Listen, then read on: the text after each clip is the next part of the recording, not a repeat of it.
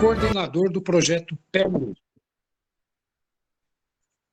Hoje daremos continuação ao primeiro colóquio de Educação em Direitos Humanos no chão da escola. A palestra de hoje, cujo tema é A Conjuntura dos Direitos Humanos no Brasil na última década, será ministrada pelo professor doutor Wilson Roberto Batista. Ele é licenciado em História e doutor em Educação pela Unesp. Além disso, ele é coordenador do Núcleo de Direitos Humanos e Cidadania de Marília, ele é agente da Pastoral Carcerária e professor do curso de pós-graduação em Direitos Humanos da Universidade Federal do ABC. Esse colóquio ele faz parte do projeto PE Unesco, Prefeitura de Mauá, em parceria com o Programa de Direitos Humanos do curso de pós-graduação da Universidade Federal do ABC. Eu queria agradecer à professora doutora Ana Maria Dietrich, coordenadora do Programa de Pós-Graduação em Direitos Humanos da UFABC, ao professor Paulo Santos, professor de Filosofia da nossa escola, e ao diretor, o professor Alexandro Gonçalves Santos, né, pelo apoio que tem nos dado nesse projeto. Tá bom? Professor, eu queria que o senhor ficasse à vontade, tá, para fazer a sua palestra e agradecer a sua presença nesse projeto, que é o projeto de implementação é o projeto de direitos humanos na escola Cora Coralina, tá bom? Nós tivemos o primeiro colóquio com a professora Adriana e o segundo agora com você, fechando esse ciclo, fechando esse colóquio. Tá bom? Muito obrigado. Fica à vontade. Boa tarde, Carlos. Agradeço o convite. Boa tarde a todos e todas que nos acompanham da Escola Cora Coralina. Uma saudação especial à professora Ana Maria Dietrich, a intermediadora aqui da presença, mesmo que virtual, aqui entre vocês. E espero que nessa hora aqui reservada a nós, a gente possa travar um diálogo interessante acerca da conjuntura dos direitos humanos no Brasil nos últimos 10 anos, né? Mas também queria lembrar que estou fazendo aqui a participação a partir do meu local de trabalho, a EMEI Arco-Íris. Eu sou diretor de uma escola de educação infantil aqui no município de Marília. Resido a 35 quilômetros aqui de Marília, numa pequena cidade de nome Garça, a Grande Ave Branca, e contribuímos aqui na cidade de Marília, além da nossa intervenção junto ao Núcleo de Direitos Humanos e Cidadania de Marília, também ao Sindicato dos Servidores Municipais e ao grupo de trabalho que está organizando a revisão do Programa Municipal de Direitos Humanos de Marília. O convite que o Carlos me fez já faz algumas semanas, né? E a gente organizou para que eu pudesse aqui, no intervalo aqui do meu trabalho, poder atendê-las nesse diálogo sobre direitos humanos, que, além de ser uma preocupação, um engajamento militante político, também me mobiliza em estudos, escritos e própria formação, além também de ser, obviamente, uma paixão, né? Então, eu espero que a gente consiga travar um diálogo e, em alguns momentos, eu vou pedir a participação de vocês para que esse nosso momento não seja apenas eu falando e vocês ouvindo. Eu sei que haverá uma reserva de tempo para interações ao final. Eu peço aí para o Carlos controlar meu tempo, assinalar quando for algo como 5 minutos do encerramento dessa minha primeira fala. Eu te aviso. Depois a gente abra para as interações, né?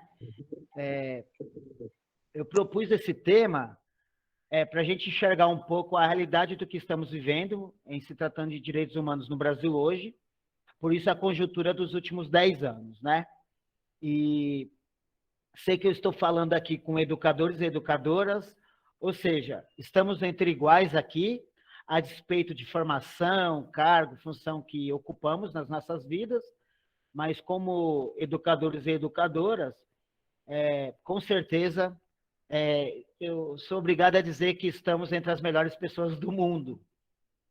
Educadores e educadoras estão lidando com educandos e educandas, né? Então, são as melhores pessoas do mundo que a gente possa conviver, não é? Em particular, no meu caso,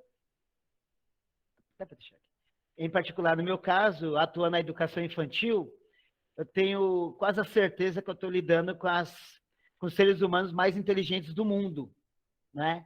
É uma descoberta para mim, há 4 anos que eu estou aqui na escola, enquanto diretor. Deixa o açúcar para mim. E tenho experimentado, além da educação infantil, o quanto que a educação em direitos humanos ela se converte em um alicerce de toda a sociedade brasileira. Vou repetir isso, que é importante a gente destacar. É fruto de muita formulação. A educação em direitos humanos é um alicerce da sociedade brasileira.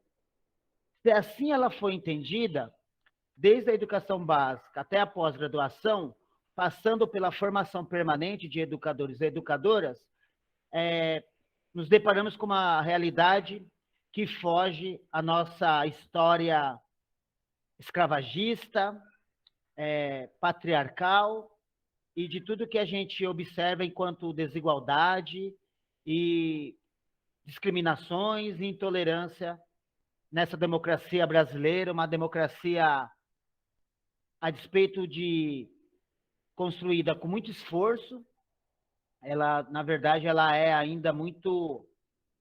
Ela não é um consenso, não é? Mas, com certeza, entre nós aqui há este consenso.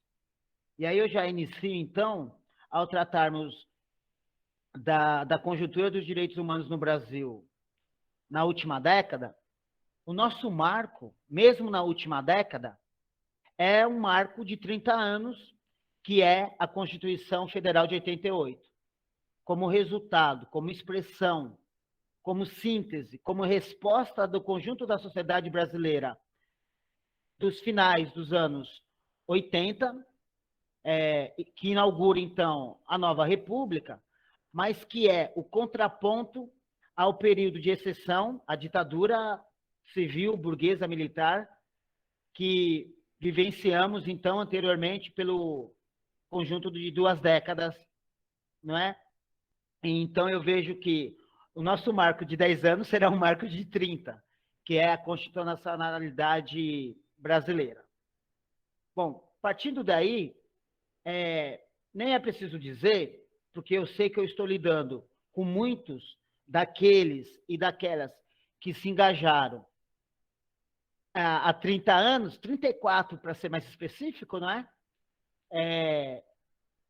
Muitos daqueles que se engajaram na construção dessa norma constitucional, dessa constitucionalidade, da construção desses direitos constitucionais, que são síntese, tradução no Brasil da própria Declaração Universal dos Direitos Humanos, né? A ideia de Constituição cidadã também poderia ser entendida como uma Constituição em defesa dos direitos humanos, em razão das questões colocadas da participação política, da democratização das instâncias políticas oficiais, mas também da sociedade civil, entre outros aspectos do nosso Estado democrático de direito. Então, na Constituição de 88, em que muitos de nós nos engajamos, eu tinha em torno de 12 anos, confesso que não estava compreendendo o que se passava no país, a despeito de irmão, pai, alguns familiares estarem engajados nesse movimento, né? Eu queria lembrar aqui, perguntar aqui, quem esteve no Vale do Anhangabaú, naquela cena, né, de 1 milhão, onde havia políticos de partidos, né, de centro, de esquerda. Eu queria ouvir, seja manifestação pelo chat ou abra o microfone e diz aí quem de alguma forma se engajou ali, mesmo naquela Assembleia Popular do Anhangabaú, pelas diretas já, ou nesse período aí, até a promulgação da Constituição de 88? O Carlos já parece que vai sinalizar algo nesse sentido. Eu estive nas duas. Eu já tinha uns 23 anos. Participei diretamente das duas.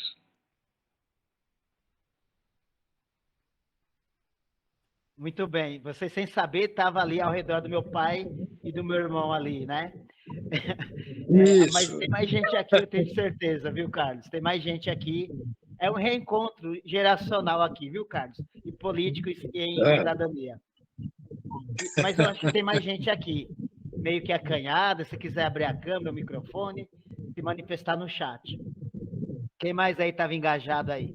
Acho que a coordenadora do Cora Coralina estava aqui agora há pouco. Não precisa entregar a idade, não, viu, Carlos? A preocupação não é essa. É de saber quem já estava na luta para eliminar a ditadura e construir esse Estado de Direito. Desde os 17 anos. Eu ainda não era nascida. Então, a professora Andréa já entrega a rapadura aqui, né? Dizendo da juventude que ela carrega ali, né? Na medida que ela não era nascida em 88, né? A coordenadora do Cora, que continua ali, estava onde a coordenadora? Em 88, na direta já? Na direta já eu acompanhei pela televisão. Tá Eu era um pouco jovem, né, Carlos? Eu sei que tem mais gente aí também que, se resgatar a lembrança aí, ou vai estar diante da TV, ou vai estar lá no próprio Anhangabaú, né? O que, na verdade, nos faz novamente uma fraternidade, né? De lutadores e lutadoras sociais em defesa da democracia. Algo que a gente tinha até pouco tempo atrás como uma trajetória linear ascendente, mas como a história nos ensina, ela é feita de avanços e retrocessos, de permanências e rupturas. Então, a gente tem aqui, nesse conjunto de educadores e educadoras, uma memória, né? Mesmo a professora Andréia, não é? Uma memória, professora, da democracia brasileira, da construção da democracia brasileira, né? E aí a gente tem alguns sujeitos históricos, coletivos importantes, além de ser também sujeitos políticos, que compuseram toda essa trajetória, esse movimento, né? Que são aqueles movimentos ligados à luta feminista, ligados ao movimento negro, ao movimento indígena, movimento estudantil, movimento de luta por acesso e direito à terra, ao movimento urbano, ao movimento ligado à educação, a crianças e adolescentes, aos movimentos, aqueles ligados aquelas pessoas, aquelas populações ribeirinhas atingidas por barragem, entre tantos outros movimentos, ao movimento pela ecologia, pelos direitos ambientais, né? Como a própria tradição em direitos humanos coloca, né? Aquelas chamadas etapas do avanço dos direitos, né? Os direitos de primeira geração, segunda geração, terceira geração. Então aqui a gente estamos ligados a muitos dessa tradição, dessa memória, desses movimentos que Carlos pôde testemunhar presencialmente, mas que muitos aqui, mesmo que pela TV, ou que pela memória dos pais, viu, professora Andréa? Com certeza se lembra de momentos dessa história recente de nosso país, da nossa democracia. No entanto, a Constituição de 88, ela é resultado, síntese, resposta de um pacto social firmado entre esses atores e os atores que ainda estão aí, também, assim como os movimentos, mas que nesse momento se encontra num outro contexto que daqui a pouco eu posso abordar, né? Que é justamente a burguesia e os detentores do poder econômico, né? Então, este pacto social firmado na Constituição de 88 é o que traduz para nós, nas últimas 3 décadas, a principal conjuntura em direitos humanos no país.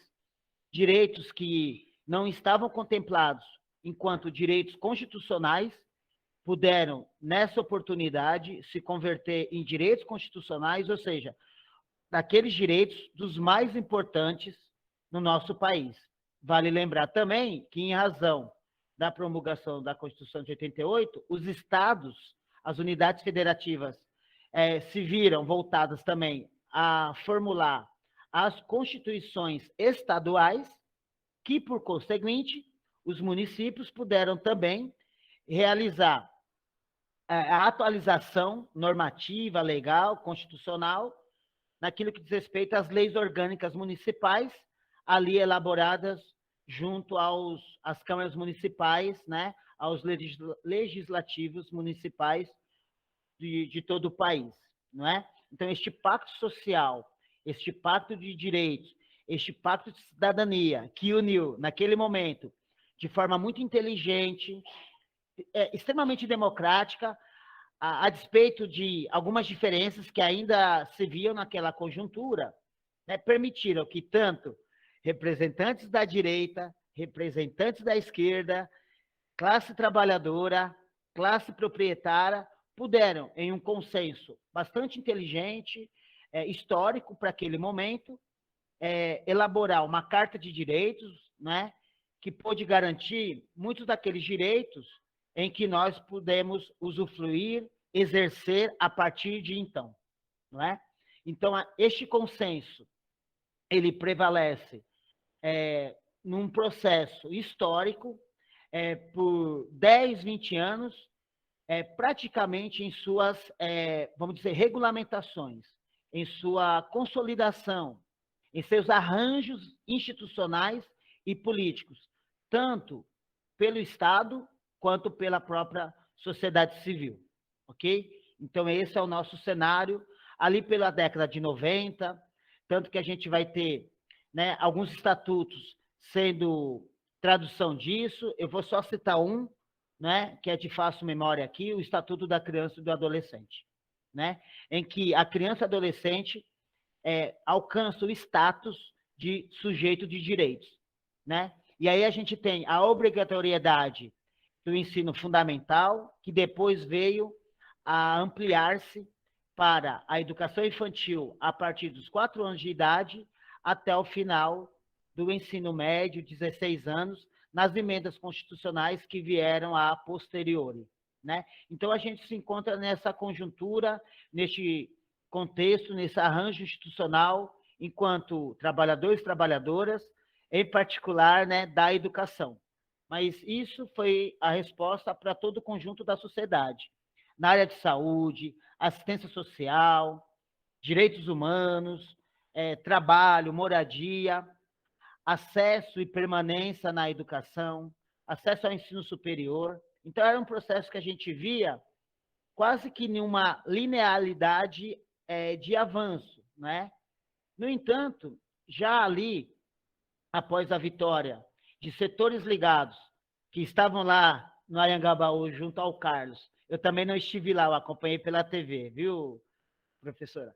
E puderam, então, esses arranjos institucionais, essa regulamentação normativa, puderam construir lideranças sociais que, ao longo da década de 90 e meados dos anos 2000, né, da década de 10 do século 21, puderam se converter em representantes políticos, parlamentares, chefes de executivo, vereadores, e muitas das nossas lideranças, eleitas pelo nosso voto, claro, né, alcançaram esse status de representação política institucional. Quando chega o ano de 2002, né, a vitória desse setor personificado na figura do operário, né, do Lula, em que eu acredito hoje que a gente fez talvez até uma leitura bastante utópica, o que não é nenhum problema, quando a proposta de oferecer apenas 3 refeições por dia para cada um dos brasileiros e brasileiras, agora a gente entende como uma proposta revolucionária. Ou seja, o pacto social firmado na Constituição de 88, ele é um pacto entre a burguesia e a classe trabalhadora, ele é um pacto que faz da nossa burguesia uma das mais atrasadas no mundo todo, mas torna a nossa burguesia, em razão do pacto social firmado, uma burguesia sofisticada e revolucionária, onde garantir escola a todos, acesso à saúde. Alguns aqui vão lembrar que para um trabalhador, um cidadão, uma cidadã ser atendida em um hospital, tinha que apresentar a carteira de trabalho, né? Para ver se era ligado a algum convênio médico, não é? E hoje, qualquer pessoa com um RG, na necessidade do atendimento médico, se apresenta a uma unidade de saúde e é atendido como direito constitucional. No entanto, com a vitória de Lula, e aquilo que ele propunha, algo como apenas 3 refeições por dia e um churrasquinho com os amigos no final de semana.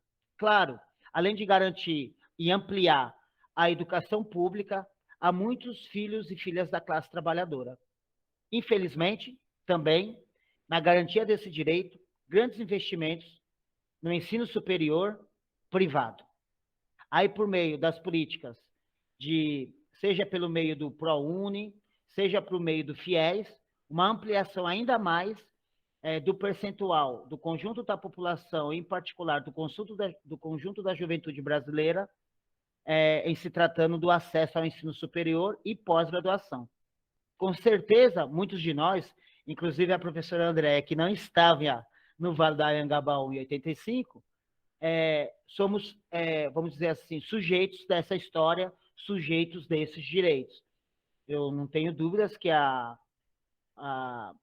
o fato de eu ter alcançado essa formação em uma universidade pública é tradução disso. Assim como a Universidade Federal do ABC, que com muito orgulho eu componho o corpo de professores e professoras do Programa de Pós-Graduação e Educação em Direitos Humanos, coordenado pela nossa professora Ana Maria, também é resposta disso, né? Então, o que nos faz aqui presentes juntos é a resposta a esses anseios populares, sobretudo da classe trabalhadora, que alcança, na eleição deste presidente, a garantia política dos direitos. No entanto, como é característica da história da humanidade e da história humana, há avanços e retrocessos. Após 3 governos, 3 mandatos e uma reeleição, que abriu as portas para o 4º mandato, de setores ligados a este conjunto de lutadores sociais, né? Se vê diante de uma nova conjuntura com relação à macropolítica, né? Aquela burguesia que aceitou perder os anéis para não perder os dedos, venha nos tomar os anéis novamente, né? E aí a gente vê toda uma ofensiva, sobretudo dos setores econômicos, para que ainda na gestão dos governos progressistas, certos direitos que são humanos parece que devem ser convertidos em privilégios, como, por exemplo, o acesso ao ensino superior, a uma casa ou até mesmo a um trabalho com uma remuneração decente. A própria estrutura econômica brasileira, intimamente ligada ao capital internacional, junto ao governo federal e aos governos estaduais, é pressionado a recuar nesses avanços, tímidos ainda, no caso brasileiro, em se tratando de economia, capitalismo, economia internacional e direitos humanos. Então, essa burguesia internacional, que tem os seus representantes aqui em nosso território, muitos deles eleitos com os recursos financiados nas eleições pelos capitalistas, antes por meio das empresas, agora proibido e apenas por pessoa física, eles instituem uma nova ordem econômica que, para além daquilo que já vinha sendo encaminhado, conhecido como neoliberalismo, há um aprofundamento dessa política, um aprofundamento da desigualdade e da precariedade das relações de trabalho, e aí a gente tem após uma burguesia se sofisticar com 200 anos de atraso, né? Se a gente for tomar como referência França de 1798, 1998, 89, me desculpe. Se a gente retomar este marco histórico da contemporaneidade, esses 200 anos de atraso em que no Brasil o escravismo era algo legal, a gente se aproxima deste cenário, se aproxima dessa conjuntura em que a linha política não será mais o neoliberalismo, mas o ultra-neoliberalismo. Ou seja, a reprodução da vida nas relações capital e trabalho se torna ainda mais desiguais, ou seja, em que há uma maior acumulação por parte dos capitalistas, em que há menores recursos financeiros, sobretudo na garantia de direitos para o conjunto majoritário da sociedade, que é o conjunto da classe trabalhadora. Bom, sigo aí, então, tratando dessa desigualdade. Então, a consolidação de políticas sociais que visava, então, a promoção de um Estado democrático de direito, sejam de educação, assistência social, trabalho, moradia, mas também não esquecendo de direitos das mulheres, das populações LGBTQIA+, do movimento de igualdade racial, dos movimentos indígenas. Por mais que esses movimentos alcançassem maior projeção e maior visibilidade, do outro lado, havia uma ofensiva da classe burguesa, da classe de proprietários, cada vez mais restringindo o campo de participação política e de protagonismo deste conjunto majoritário da sociedade. E, infelizmente, muitos sujeitos e populações do próprio segmento majoritário não compreendiam este movimento, que cada vez mais se aproximava dos interesses das classes proprietárias e se distanciava nessa medida, na mesma medida, dos interesses da classe trabalhadora. Então, este conjunto social, esse aprofundamento das desigualdades, aí eu já estou aqui avançando para a década de 10 e para a década, para os anos 2000 e para a década seguinte, não é? Uma vez que no final da década de 10, nós tivemos justamente aquilo que todos nós lutamos para enterrar em 85, 88, eis que o cadáver é novamente tirado do armário, né? O cadáver é ressuscitado. E, de fato, com muita confusão, até mesmo nos movimentos sociais, em identificar e reconhecer como um golpe de Estado, aquele golpe institucional, parlamentar e judiciário impetrado contra a presidenta Dilma.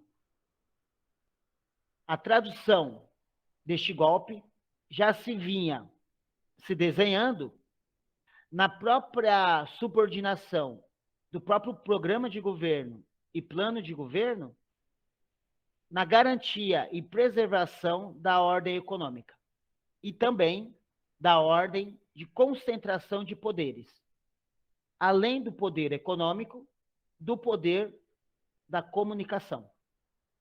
Um dos elementos importantes da Constituição de 88, e que pouco traduzimos, porque nós éramos conhecidos como um país da fome, e estamos voltando a ser conhecido como tal, sobretudo após esse período de pandemia. Então, enquanto a gente estava passando fome, ter direitos sociais era interessante. Então, o direito à comunicação, o direito ao meio ambiente sustentável, isso pareceram questões menores. Mas a gente viu que a concentração da mídia é outro elemento crucial da manutenção do status quo, da manutenção da desigualdade brasileira, da manutenção das profundas diferenças sociais que encontramos em nosso país, seja em matéria de educação, cultura, acesso aos direitos humanos de forma geral, não é? Então, esse novo arranjo, no final da década de 10, impetrou, então, este golpe, institucional, parlamentar e do judiciário. Só lembrando que um dos ministros do STF presidiu a sessão de Senado que votou pela abertura do processo de impeachment, a presidenta. Eu me lembro que no dia que a Dilma teve que sair do cargo, aquele afastamento preventivo para que houvesse a apuração e depois o julgamento, não é o último dia que ela deixava de fato o poder, mas acabou se consolidando como este dia, não é? Eu estava na UNB, na Universidade de Brasília, justamente num simpósio que tratava de democracia e desigualdades, né? Apresentando, fazendo uma comunicação no evento. Então, nesse mesmo dia que nós estávamos debatendo ali, com alguns intelectuais,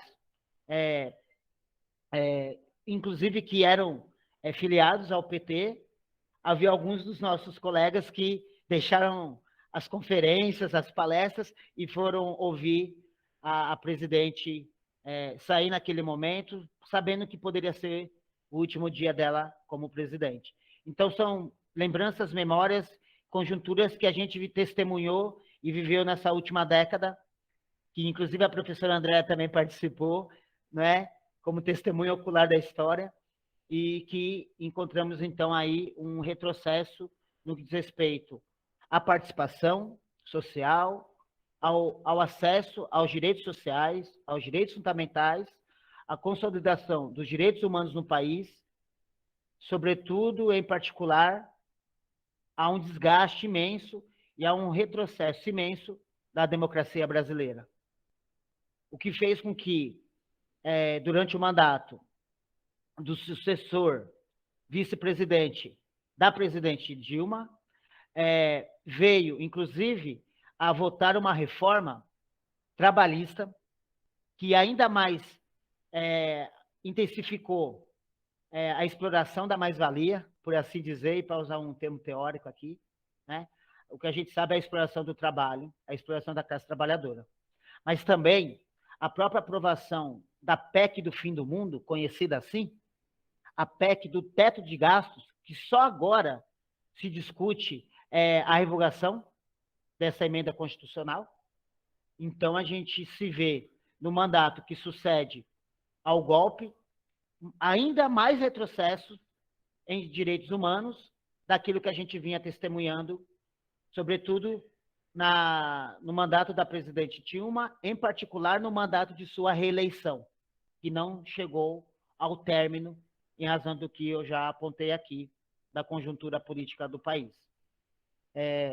E foi justamente neste contexto que, usando, então, das mídias sociais, essa novidade em matéria de política brasileira, e, sobretudo, que me parece, e me corrija se eu estiver equivocado, que os setores ligados à direita e à burguesia capitalista tiveram maior familiaridade com o recurso, com a ferramenta, puderam, com uma campanha que disseminava ódio, intolerância, machismo, xenofobia, tudo quanto é tipo de formas de violência, seja psicológica, institucional, violência de Estado, nos colocou numa situação em que, justamente, oportunizou, a despeito de um candidato extremamente qualificado, né, como o PT apresentou à sociedade, um professor, um educador como nós aqui, educadores, alguém com uma formação como a nossa aqui, por meio da universidade pública, não é? Muitos de nós temos essa origem. Então, a opção da sociedade brasileira, totalmente comprometida na sua leitura de mundo e na sua leitura de realidade, a eleição deste que ocupa a presidência. E aí sim, tudo quanto era pior aconteceu. O retrocesso não foi aos marcos da ditadura militar. O retrocesso foi ainda maior.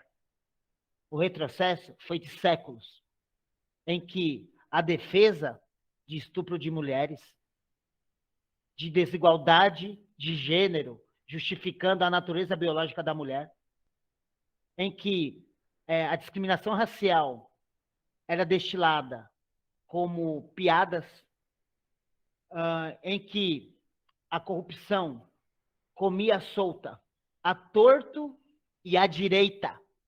Não encontrava barreiras, porque a ideia é que não havia corrupção. O comprometimento da grande mídia, né, sobretudo aquelas de acesso ao público popular, que seria os canais abertos de televisão, sobretudo Rede Globo,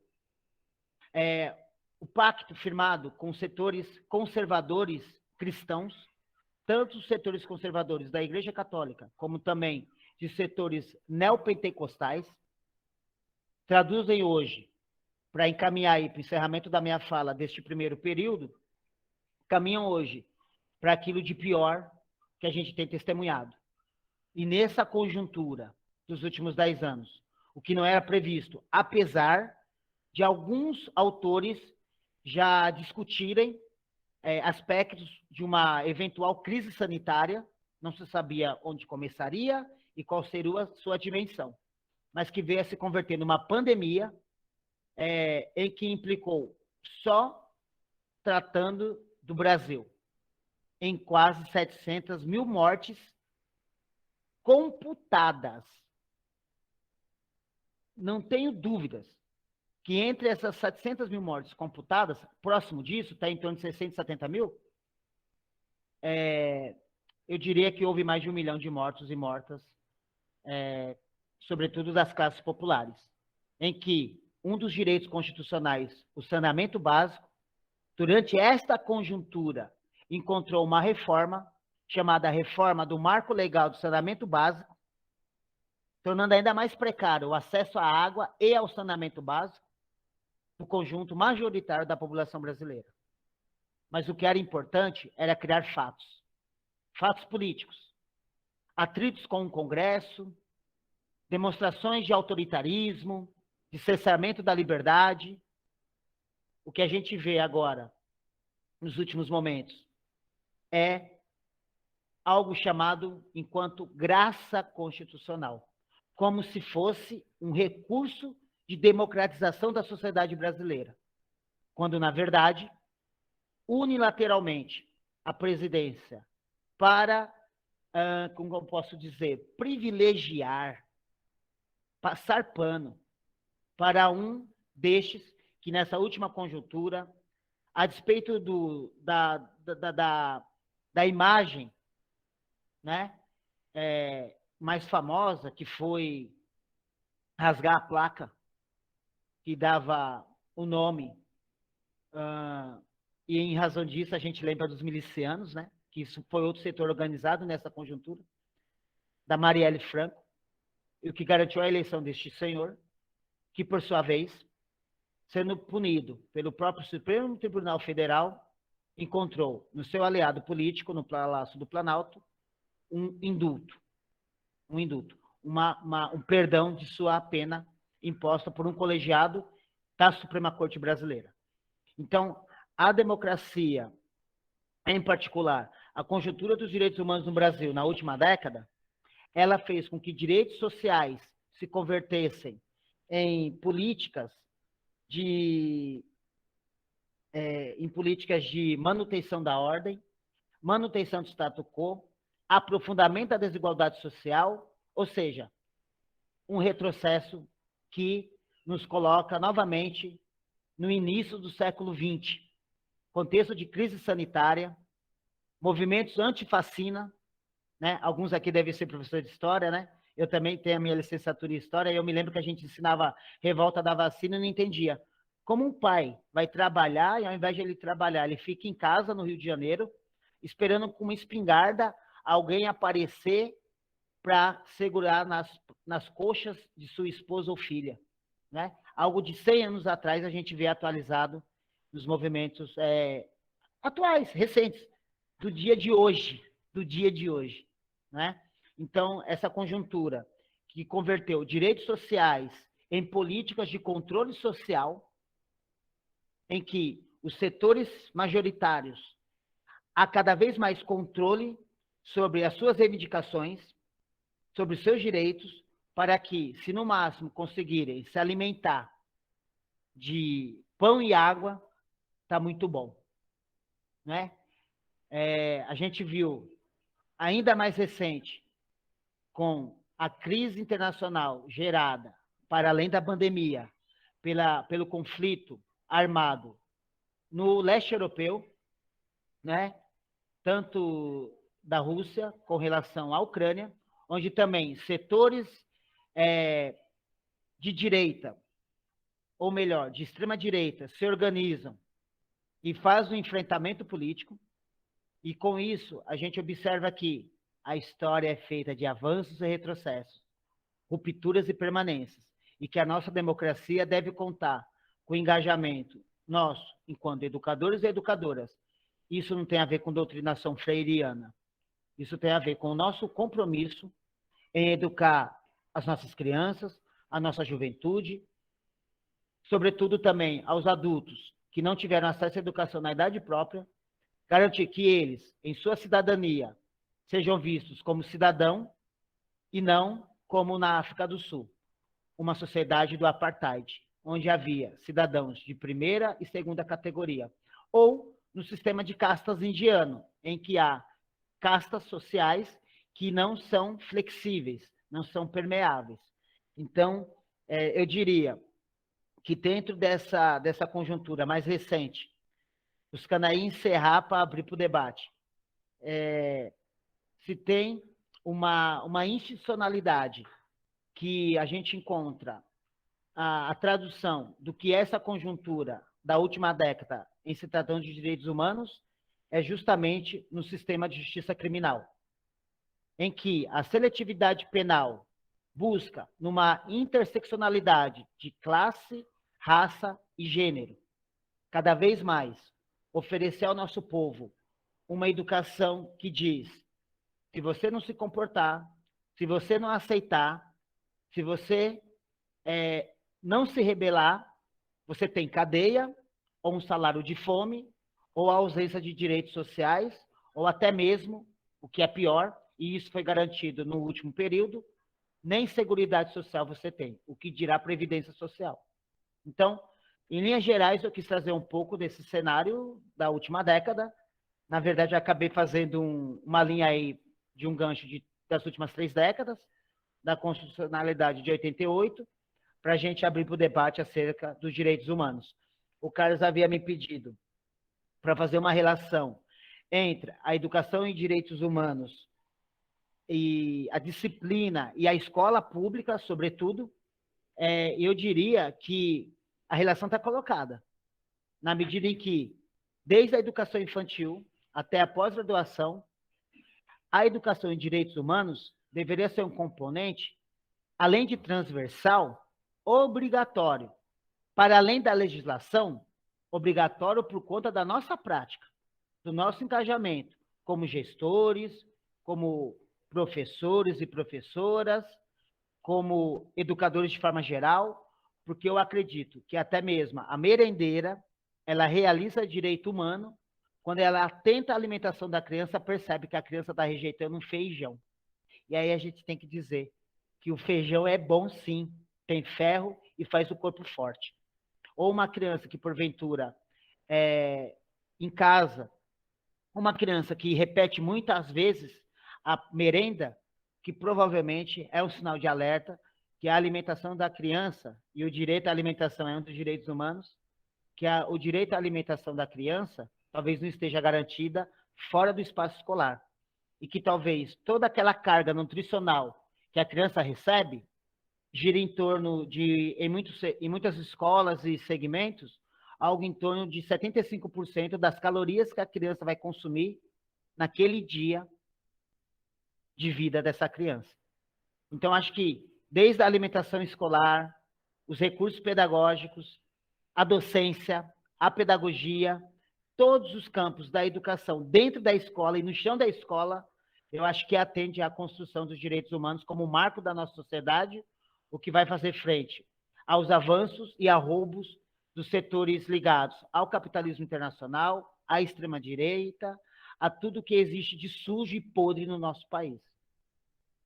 E aí, sem que o Carlos me alertasse, eu encerro por aqui a primeira fala, para a gente abrir para o debate. E parece que em algum momento alguém levantou a mão, não sei se gostaria de interagir, mas eu passo a mediação aí para o Carlos, para a gente seguir no diálogo. Professor, obrigado aí pela fala. Eu que, por uma questão de ordem, eu pediria ao pessoal que abrisse o microfone e fizesse o questionamento, tá? Porque eu não sei gerenciar essa parte do Meet, que a vez da fala, eu não conheço. Então, eu ia pedir a gentileza do professor que quiser fazer alguma pergunta, que abra o microfone e a faça, tá bom? Só deixando claro que nós estamos aqui numa palestra e num debate democrático de ideias, tá? Então, a palavra está aos professores.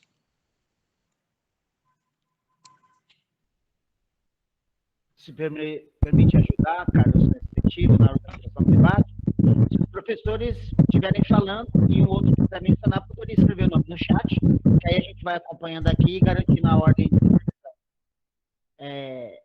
com relação às falas, né, às interações, tá bom? E se não houver pergunta, eu vou achar que vocês não me entenderam.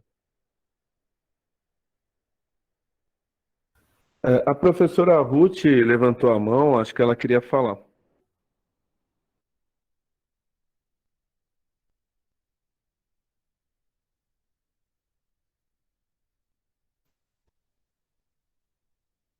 Ah, ok, professora, tranquilo. Alguém mais?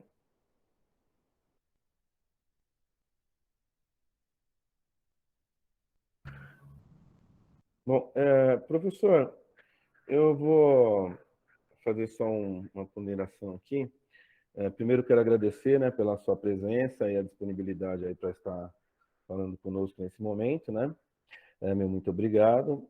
E também eu queria atentar para o seguinte: o senhor levantou alguns fatos históricos, né? E apontou especificamente fatos históricos aqui do Brasil, diretas já, que na verdade não aconteceu, né? O presidente, à época, foi escolhido por um colegiado, né? O movimento foi um movimento popular, legítimo, realmente, né? Havia vários setores da sociedade envolvidos. É claro que a gente entende que a construção social ela não se dá por um momento da história e nem por um grupo, né? A sociedade ela é um conjunto, né, de pessoas. Eu gostaria que o senhor pudesse comentar com a gente que o direito positivo ele acaba em alguns momentos, como o senhor falou em determinado momento da sua fala, em alguns momentos ele converge, né, com a Declaração dos Direitos Humanos ou com o próprio direito natural. E a Constituição de 88 que o senhor citou, ela realmente foi muito feliz nesse sentido, né? Ela resgatou, eu não diria que resgatou, na verdade, ela instituiu mesmo, né? A Constituição, ela falou para todos nós, né, enquanto sociedade, que as pessoas são iguais perante a lei, sim, e que têm esses direitos básicos aí, né? Saneamento, educação, moradia, como o senhor citou há tempo. Então, convergiu aí, né, nesse momento, o direito positivo com aquilo que seria já pleiteado há tanto tempo aí pelos próprios direitos humanos, né? Uma coisa que, no meu entendimento, não é revolucionário. Só me perdoe, né? No meu humilde entendimento, não é revolucionário. É o mínimo que o Estado, enquanto Estado, enquanto função, e eu estou falando aqui até num discurso bem liberal mesmo, né? Que não é a minha orientação, o meu entendimento do que deveria ser a sociedade, mas como que é o da maioria, dentro de um pensamento até bem liberal, seria o mínimo, né, enquanto a função do Estado, porque o Estado existe justamente para ser esse garantidor de direitos. Tá? Os impostos, os direitos que se delegam aos representantes, tudo isso ele é feito, né, essa concessão do indivíduo é feita, e o senhor me corrija se eu estiver falando bobagem, para que exista uma contrapartida. E essa contrapartida é esse Estado. Isso num pensamento liberal, né, Carlos? Do Estado enquanto garantidor desses direitos, né? E, minimamente, acredito que a Constituição Cidadã, de 88, ela veio contemplar isso, né? Essa função do Estado. Por outro lado, também, o senhor citou aí brevemente, e é claro com alguns saltos, né? Porque a gente sabe que não teria como se aprofundar em detalhes em tudo que ocorreu nesses últimos 30 anos, né? Mas o senhor salientou aí que o determinado partido político do nosso país veio a trazer algumas mudanças que também, ao meu ver, não eram revolucionárias, né? Se eu tivesse que falar algo para esses agentes políticos, de todos que o senhor citou em a todo tempo, seria não fez mais que a obrigação. Porque o gestor público ele é um funcionário, né? Ele não é um herói, ele não deveria ser personificado em nenhuma figura, né? A gente teria que ter uma mudança muito severa na maneira de se entender a política aqui no Brasil, que o que a gente tem que entender é que eles estão aí ocupando um cargo, assim como todos nós. O professor tem uma função, que é dar aula, o gestor público tem uma outra função, que é gerenciar o Estado da melhor forma possível para todos, né? Indiferente da sua orientação política, do seu gosto pessoal, da música que ele escuta, né? É um cargo, o cargo está aí, a Constituição de 88 estabeleceu os critérios de como ele deve ser ocupado, sobretudo com decoro, né? Sobretudo, né? Coisa que se esqueceu já há algum tempo. Então, é isso. Eu não quero me prolongar na minha fala, porque já vi que falei muito já, né? Mas o que eu gostaria que o senhor se pudesse nos agraciar aí, falar um pouco sobre um francês, o Etienne de La Boétie, que, desculpe a pronúncia ruim, né? La Boétie, algo assim. O Carlos está aí, que é frequentador da França há tanto, pode me corrigir a tempo. Mas o que importa é o conceito dele sobre o discurso da servidão voluntária, né? Eu acho que a gente tem isso. Por favor, Carlos, né? Me socorra, se possível. O discurso da servidão voluntária, esse escrito, né, do Etienne de La Boétie, ele é perfeito para nos ilustrar nesse sentido, né? Se existe hoje uma outra configuração social, uma outra maneira de se orientar aí pelos representantes que nós temos, eu acredito que a maneira como ele expõe, a alegoria que ele coloca nesse discurso da servidão voluntária é perfeita. Porque, de alguma maneira, convenceu meia dúzia, que convenceu mais 600, que convenceu 10.000, e nós estamos aqui. É o que eu disse no início, a sociedade é uma construção social. Ou, perdão, o sistema político que nós estamos é uma construção social. Ela não se deu em determinado momento, né? Nós construímos isso. Infelizmente, da minha parte, né? Mas é isso. Eu gostaria que o senhor pudesse falar um pouco, né, dessa perspectiva do discurso da servidão voluntária, e até para deixar um pouco mais interessante esse debate, tá? Desculpa aí ter me prolongado.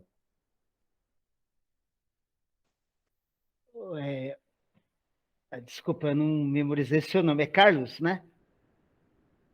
Não, Carlos é o outro. Esse senhorzinho aqui que está aparecendo. O meu é Paulo. Ô, Paulo, me desculpa. Então, não, eu tenho acordo, viu, Paulo? Primeiro que eu tenho acordo, Paulo, que não foi revolucionário o Pacto Social firmado em 88. O que eu caracterizei como revolucionário foi um pacto entre entre representantes da burguesia e classe trabalhadora.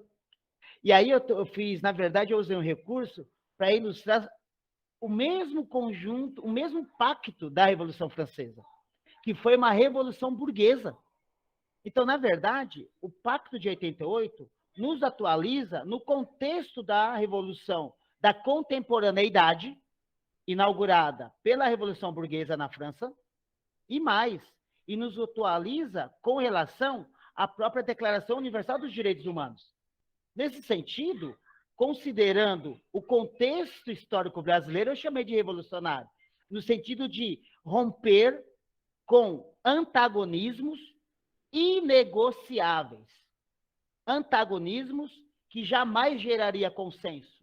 Mas a Constituição de 88 possibilitou um consenso histórico brasileiro. em que direitos humanos e sociais e fundamentais, o de ir e vir, o de ser julgado somente após um processo judicial, vamos dizer assim, permeado de normas e regras e regramentos.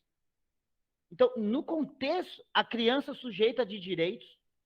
Então, no contexto político da democracia brasileira, se constitui como um marco histórico. E este pacto entre burguesia e classe trabalhadora se torna revolucionária.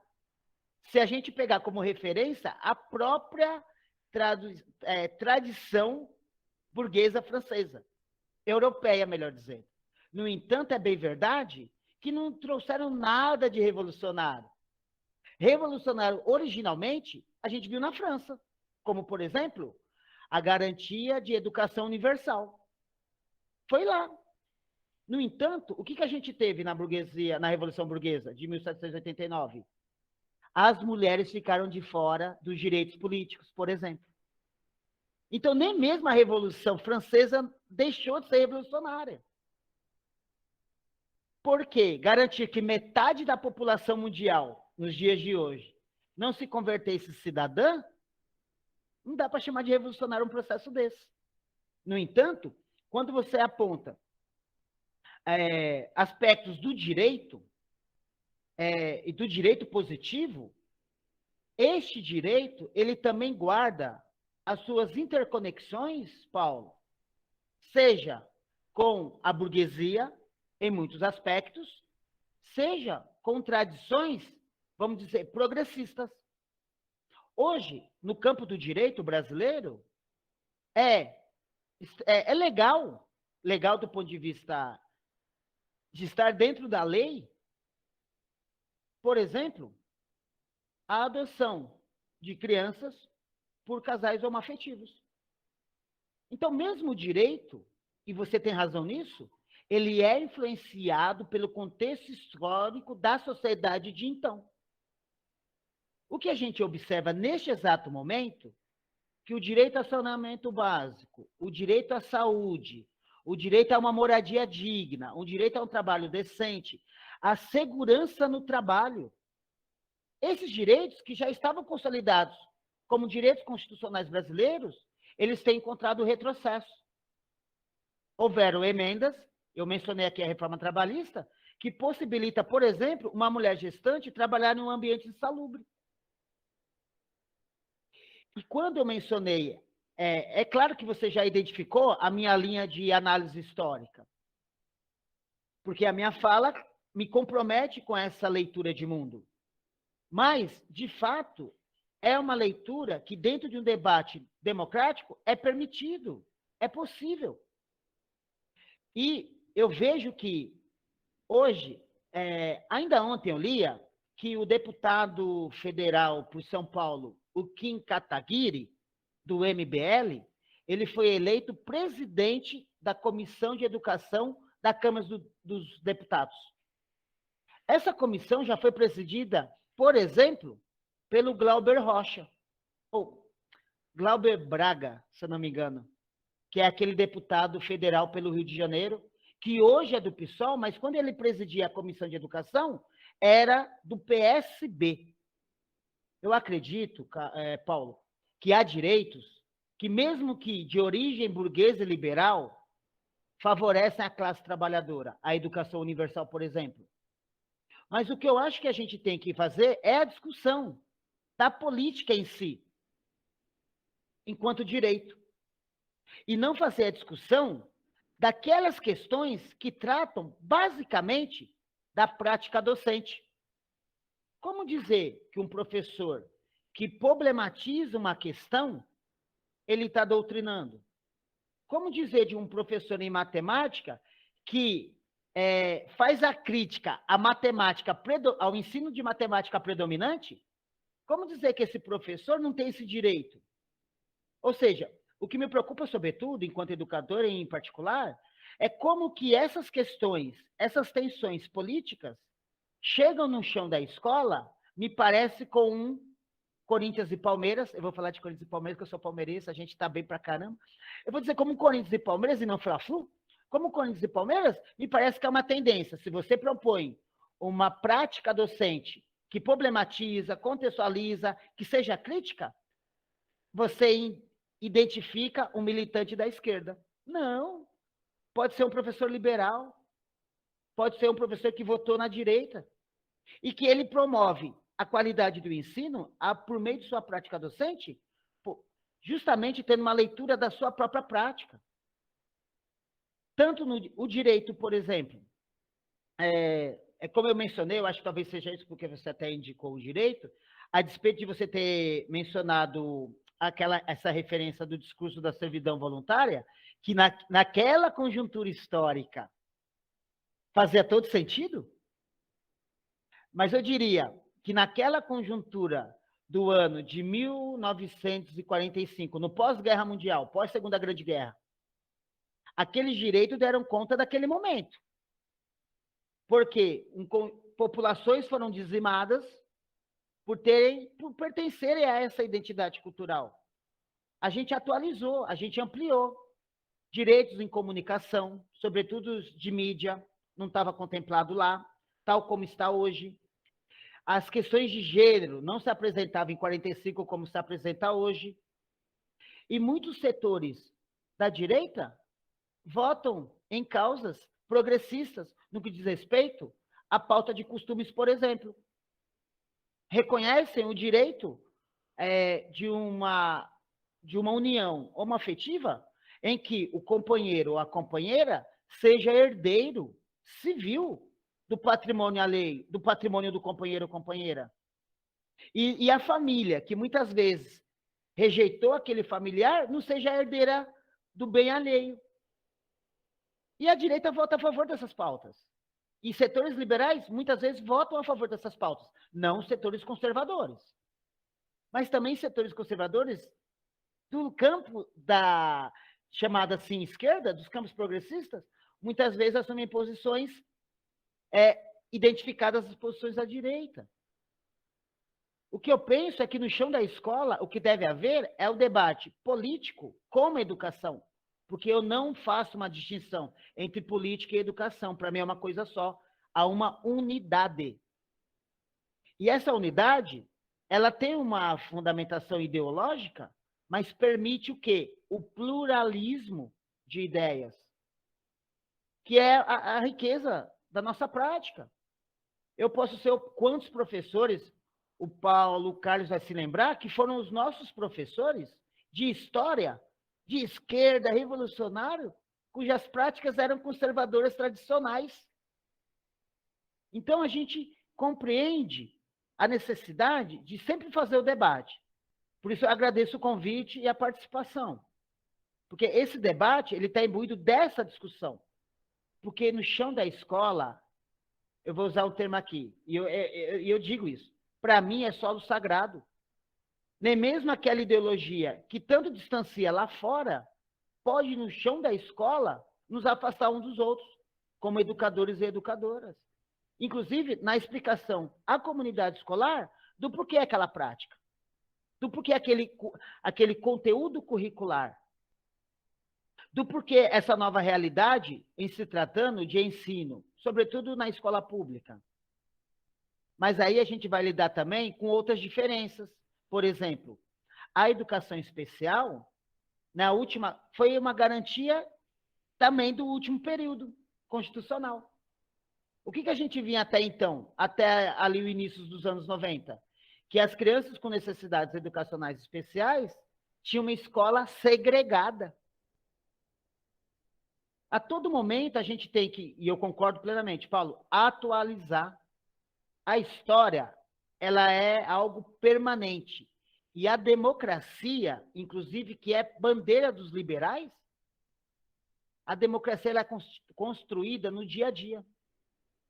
O que a gente não pode aceitar é que tantas lideranças para lá ou para cá se assumam como porta-voz do povo brasileiro, como heróis, ou melhor, salvadores da pátria. Também tem essa discordância. Então, sobretudo pensando no chão da escola, quando a gente fala de justiça tributária, eu fico pensando, a desvinculação de receitas, que desobrigaria, por exemplo, os municípios a gastarem 25% no mínimo em educação, ou a União 18%, se isso não vai diminuir os recursos. Se um Fundeb, como política de fundo, que se tornou permanente, é a melhor resposta que a gente pode dar como sociedade. A garantia do financiamento da educação pública brasileira. Sempre pensando da creche à pós-graduação. Esse Sistema Nacional de Educação brasileiro, e a gente está participando das plenárias da CONAI nesse último período, tem que trazer essa discussão.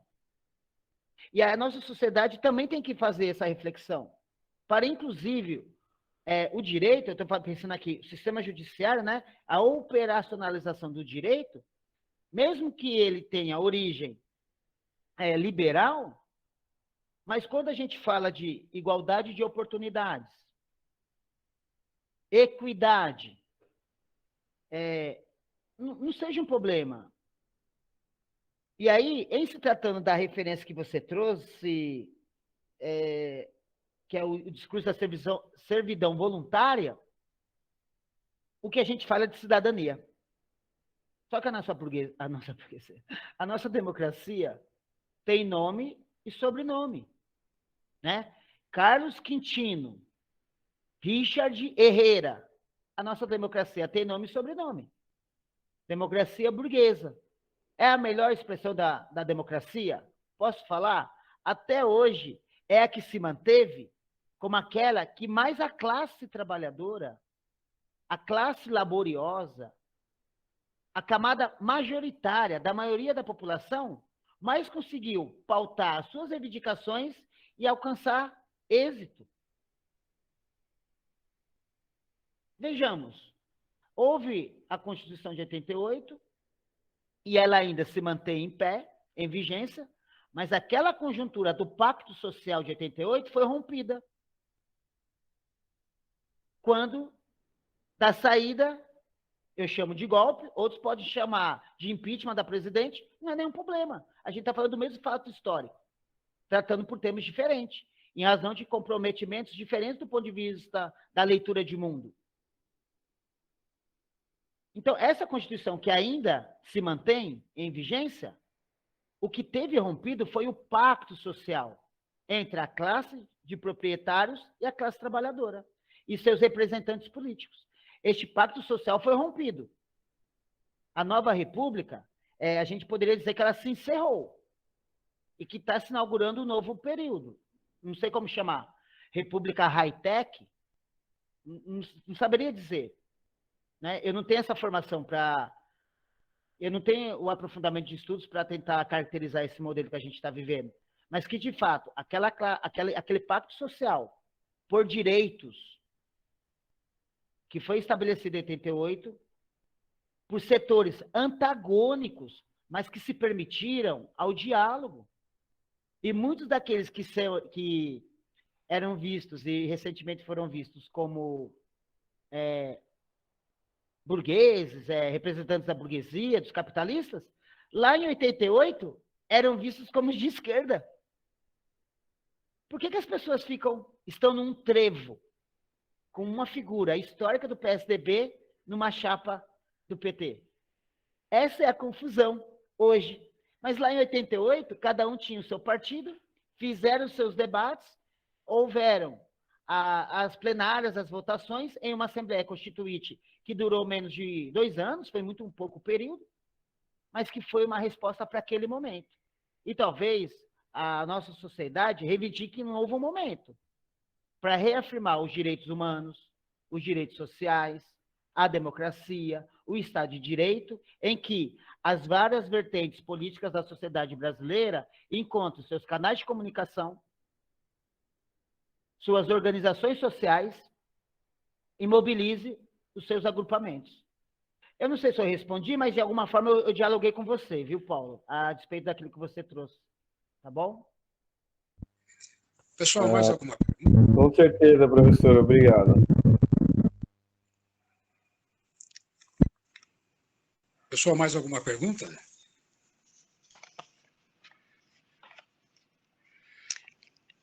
Professor Wilson, então eu vou fazer a minha pergunta.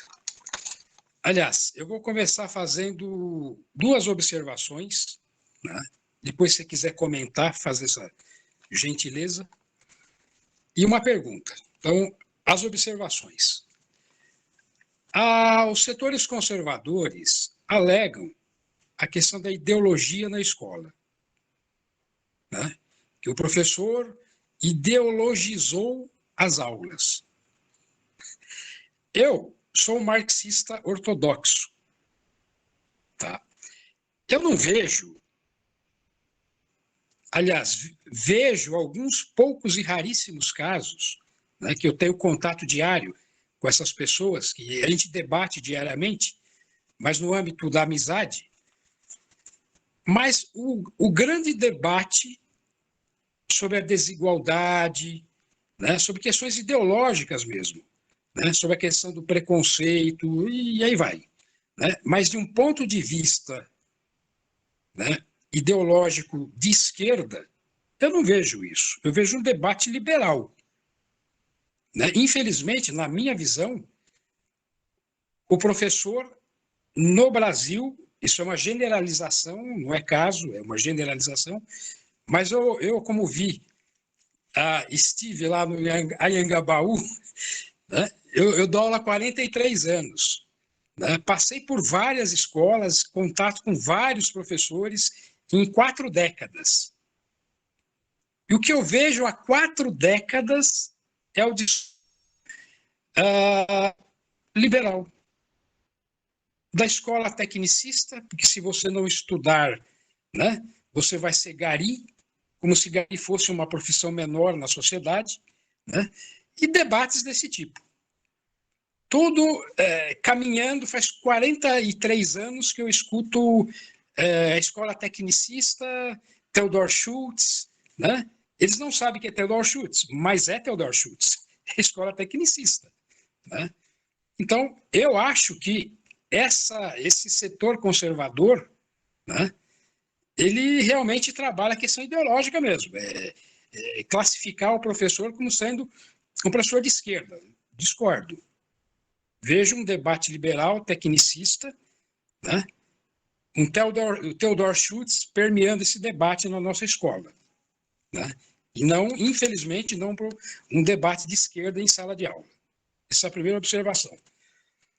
A segunda observação é que a questão, voltando à minha presença no Anhangabaú, nesse tempo, eu percebo, assim, intuitivamente, não é ciência, não é nada disso, é intuitivo, que está se enraizando a escola para o pobre.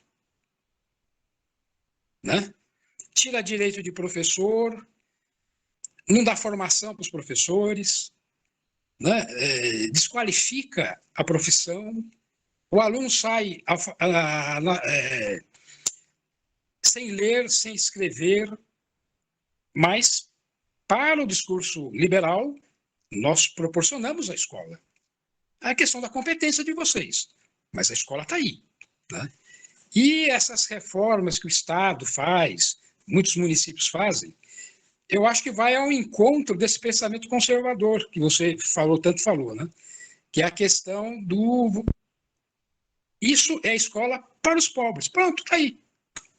Né? Estamos consolidando um projeto, nós não. Eles estão consolidando um projeto da escola para os pobres. Né? Que, quando eu comecei, era totalmente diferente, mas era liberal, mas era diferente. Não era descarado o discurso. Hoje o discurso é escancarado. Né? Então, são 2 observações que eu estou fazendo nessas minhas 4 décadas e 3 anos de magistério. Agora, a pergunta é a seguinte. Depois eu queria que comentasse essas minhas colocações. E agora vem a pergunta. Eu, enquanto um marxista ortodoxo, eu li a semana passada, eu reli, aliás, a semana passada no Capital, capítulo 24 da acumulação primitiva.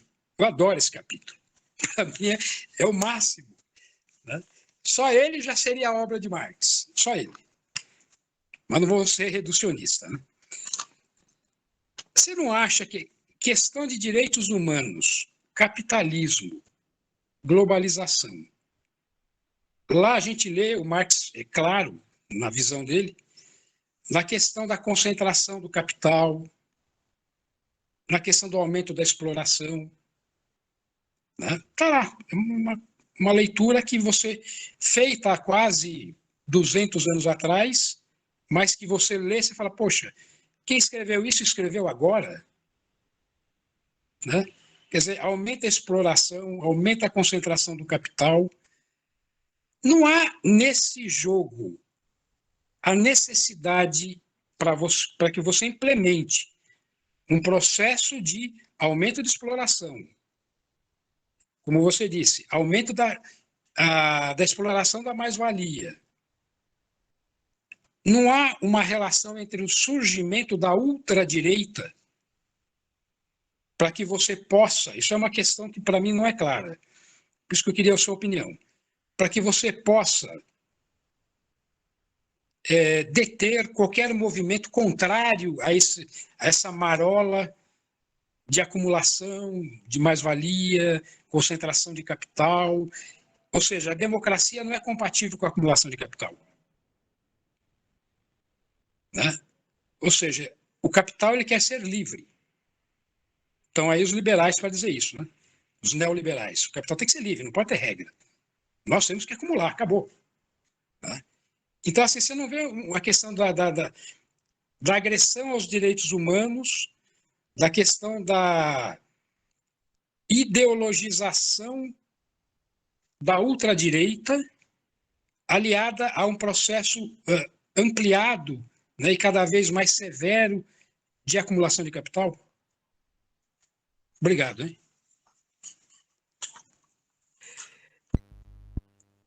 Rapaz, observações pertinentes. A pergunta Carlos, gigante aí que a gente... Oi, Deoclésio. Deoclésio quer falar também? Antes de eu falar? Não, acho que não. Bom, antes de eu responder a questão colocada, né? Eu cumprimentar aqui a Adriana, minha companheira de EDH também, da UFABC, nas orientações. Saúde, Adriana. Carlos, é assim.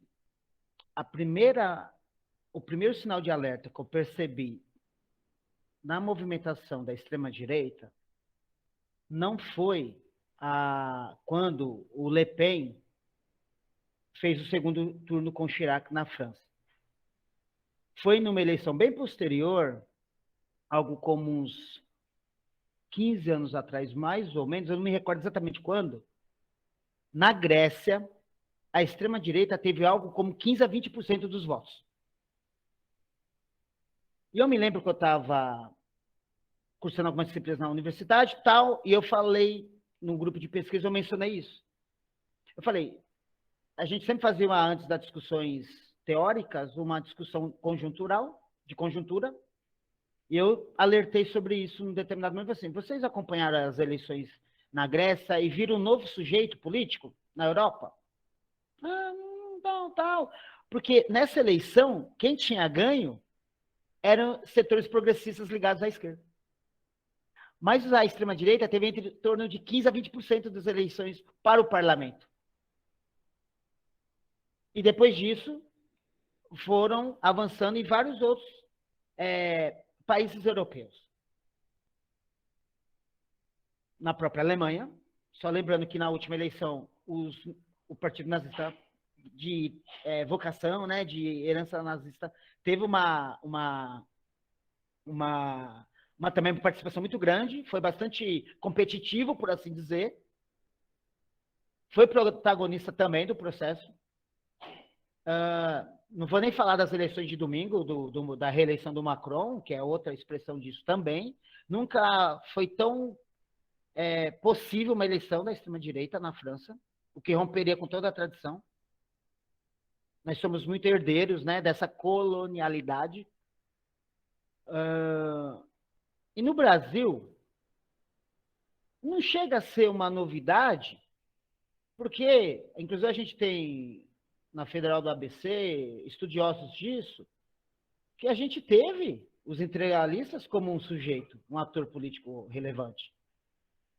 Então, esses setores estavam organizados no Brasil, sempre estiveram, em partidos, na época da ditadura e do bipartidarismo. Quando houve o bipartidarismo, por exemplo, ligados era Arena e Movimento Democrático Brasileiro, por exemplo. E aí é o próprio processo democrático que permite que organizações, é como eu disse, que organizações existam, pautem a sociedade e congreguem os seus adeptos. O que soou estranho para nós em todo esse processo mais recente, em particular no Brasil, eu acho que a gente subestimou. A gente achava que, uma vez que a gente alcançasse um certo status político, do ponto de vista da democracia e do respeito à democracia, superando o período de ditadura civil-militar, que a gente sempre fosse caminhar para frente. E aí eu tomei nota quando você fala do Estado, né? Ou o Estado, ele não é um juiz honesto. Quando eu falo juiz honesto, estou falando do juiz de futebol. Para não confundir ninguém. Ele não é um bom juiz. Um juiz honesto, que apita dentro da regra do jogo. Esse juiz sempre está comprometido com alguma questão. O Estado está sempre comprometido com uma questão. E aí eu me lembro de um professor já falecido, o Sanfelice, da Unicamp, que produzia teoria e dizia o Estado como educador do povo. Então, se o Estado está comprometido com as causas da burguesia, ele vai educar o povo na meritocracia, na competitividade, na resignação, na ameaça de prisão, pobre, sem direitos. E o Estado, com características mais democráticas, tende a educar toda a sociedade nessa direção. E o que a gente precisa justamente é converter a nossa democracia burguesa, que até mesmo a democracia burguesa, ela é muito... ela propõe, sugere uma ampla participação social, mas a nossa democracia burguesa é de uma tradição extremamente, eu não vou dizer conservadora, ela é reacionária, porque se ela pudesse estabelecer os padrões de Estado pré-1888, assim seria. Porque a gente ainda cultiva a ideia, e você mencionou isso, de que o patrão que dá emprego para a gente. Não é que a gente produz riqueza. E a gente acha que, inclusive, o nosso salário, sobretudo os trabalhadores da iniciativa privada, que o salário é parte do lucro do patrão, quando, na verdade, o trabalhador e a trabalhadora produziram a riqueza do patrão e também produziu o seu próprio salário. Ou seja, enfim, também dialogando, Carlos, e não respondendo, que esse cenário de ideologização da sociedade na escola é quase certo, porque nós temos o quê? E aí é o Gramsci quem diz. São os intelectuais da classe trabalhadora. Você pode ser um liberal, mas se você está na escola pública, você é um intelectual da classe trabalhadora. Porque na escola pública estão os filhos e filhas da classe trabalhadora. Então, como intelectual, você deveria ter a compreensão de que, opa, nesse território, não. Aqui a conversa é outra. Aqui não vai ser o Corinthians e Palmeiras, não. Aqui vai ser o Palmeiras e o Real Madrid. Se é que vocês me entendem. Ou seja, o que eu estou dizendo, o debate qualificado. Uma prática qualificada, preocupada com um processo de ensino-aprendizagem que respeita características e ritmos de aprendizagem de cada um, que proponha formas de métodos de ensino que seja plural. Se aquele professor é conservador em se tratando de ensino de história, esse é o professor do 6º ano. O professor do 7º tem uma outra prática. Até mesmo na educação infantil, a gente encontra práticas que correspondem a ações mais progressistas.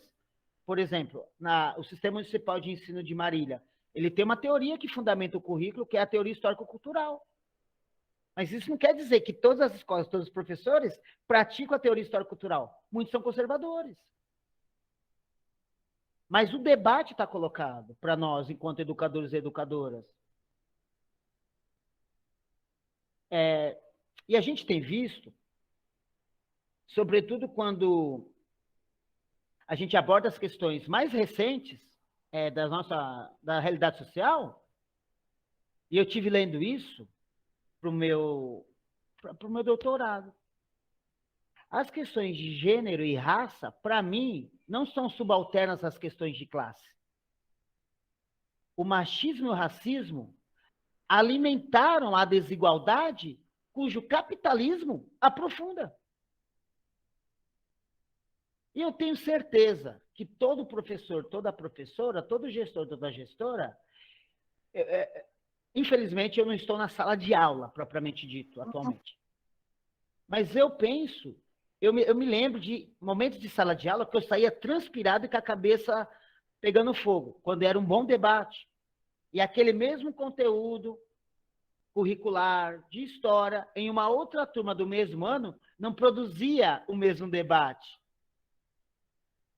E eu sempre dizia para mim, nossa, eu gostaria que todas as minhas turmas me fizessem parecer um professor burro, que não desse conta do debate da sala de aula. Isso é sinal que o nível de debate dos meus alunos e alunas estão num nível extremamente qualificado. E nós, professores da escola pública, sobretudo da escola básica, da educação básica, nós não somos um professor menos qualificado do que os demais. Eu acho que os melhores professores não têm que estar na universidade. É importante que tenhamos professores de excelência lá. Mas enquanto a gente não tiver os professores com qualificações, com titulações, com experiência no exterior, com intercâmbio, com formação permanente, com afastamento, por um período curto. Porque o risco que a gente corre também é de algumas formações que a gente busca e propõe, e que a gente reivindica, o afastamento do professor, por exemplo, um doutorado, 4 anos, não tem como reduzir a jornada, então? Porque eu acho que o chão da escola jamais deve ser deixado, mesmo durante o processo de formação e nível de pós-graduação dos professores e professoras. Mas a reivindicação mas não é consenso essa minha proposta, até mesmo nos setores progressistas sindicais. Acho que tem que haver o afastamento pleno do profissional. Eu tenho receio. Aí volta, saiu o graduado, volta o pós-graduado. Não. O graduado está aqui, ele permanece aqui e se tornou pós-graduado. Talvez não desempenhando a docência, mas em auxílio à coordenação e auxílio à gestão, desenvolvendo projetos de intervenção, que é uma das características do trabalho da universidade, da UFABC, no programa de pós-graduação em Direitos Humanos. Todos os TCCs são pensados enquanto projetos de intervenção, porque a gente quer lidar com a realidade, porque quem discute educação em direitos humanos quer transformar a realidade, mesmo como utopia. Mas para isso também tem prática, que a gente pode experimentar, e depois compartilhar e se comunicar na produção de saberes. Saberes que não são saberes escolares, é produção acadêmica, é produção de conhecimento. Não são meramente saberes escolares da educação básica. E interessante que o saber produzido na educação básica são saberes escolares. Os saberes acadêmicos são só os que se fazem na universidade. Também não tem acordo. E que a gente precisa fazer uma leitura crítica disso. Não é? Porque a tradição nossa, Carlos, eu concordo, é essa mesma que você falou. Né? É essa educação de que se você não estudar, você vai ser o lixeiro, não é nem um coletor de lixo. Né? Então, quer dizer, a gente ainda, eu insisto, a nossa democracia tímida, adolescente, eu acho que ela segue amadurecendo. Às vezes ela vai escorregar numa casca de banana, às vezes ela vai comer alguma coisa que vai fazer mal, mas ela vai aprender com isso. E com isso, do aprendizado dela, é o aprendizado da sociedade. Não é que a escola é a ilha, mas talvez ela seja a melhor reprodução da sociedade que a gente tem. Uma sociedade de conhecimento. Mas que na educação básica é como se fosse uma sociedade do conhecimento de quinta categoria. Porque a sociedade de conhecimento é a academia, é a universidade. E eu não tenho acordo. Então, acho que compreender as questões de gênero, raça e classe atualiza as vertentes do marxismo. O próprio direito, viu, Paulo? Aí, lembrando aqui, o próprio direito, ele também tem uma linha, uma corrente, Paulo, que chama direito crítico, que tem como referência um jurista italiano de sobrenome Barata. Pode parecer engraçado, mas é o sobrenome, gente. É com 2 T's, pelo menos. E ele faz a leitura do direito a partir da criminologia chamada criminologia crítica.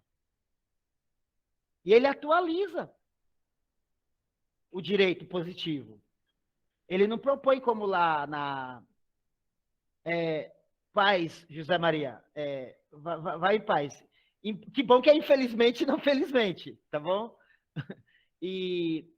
Mas teve, por exemplo, na experiência do socialismo soviético, lá teve uma reforma no direito, mas não foi radical. Tanto que depois, quando em 22, há um novo arranjo político na União Soviética, que foi que garantiu escola pública desde a creche até a pós-graduação, a gente tem que reconhecer, foi lá que inaugurou essa ideia de escola pública da creche à pós-graduação, não foi em nenhum outro país, foi na Rússia Revolucionária, a Krupskaya, uma das lideranças socialistas, que, por coincidência ou não, era esposa do Lenin, mas era a primeira ministra da educação na Rússia revolucionária.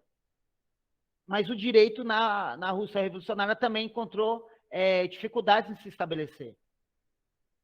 Então, acho que é esse diálogo que a gente quer fazer, é esse diálogo que a gente quer promover. Né? Seja a distância virtual, que bom que há esse meio, que com certeza talvez eu não pudesse partilhar com vocês se não fosse por esse recurso, num dia como hoje, por exemplo. Né? E numa oportunidade como essa. Eu não sei se tem mais gente querendo falar, eu vou parar por aí. Pessoal, mais alguém quer fazer alguma pergunta?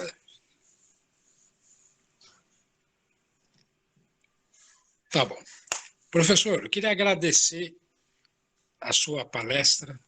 Foi uma fala assim, muito interessante, provocativa, tá? E até convidá-lo porque nós temos um canal chamado TV Cora Coralina, tá? E nós fazemos um ciclo de entrevistas com todo tipo de temática. E já deixar aqui o convite para você participar do nosso canal, né? Daqui um tempo, né? E agradecer a sua fala, tá bom?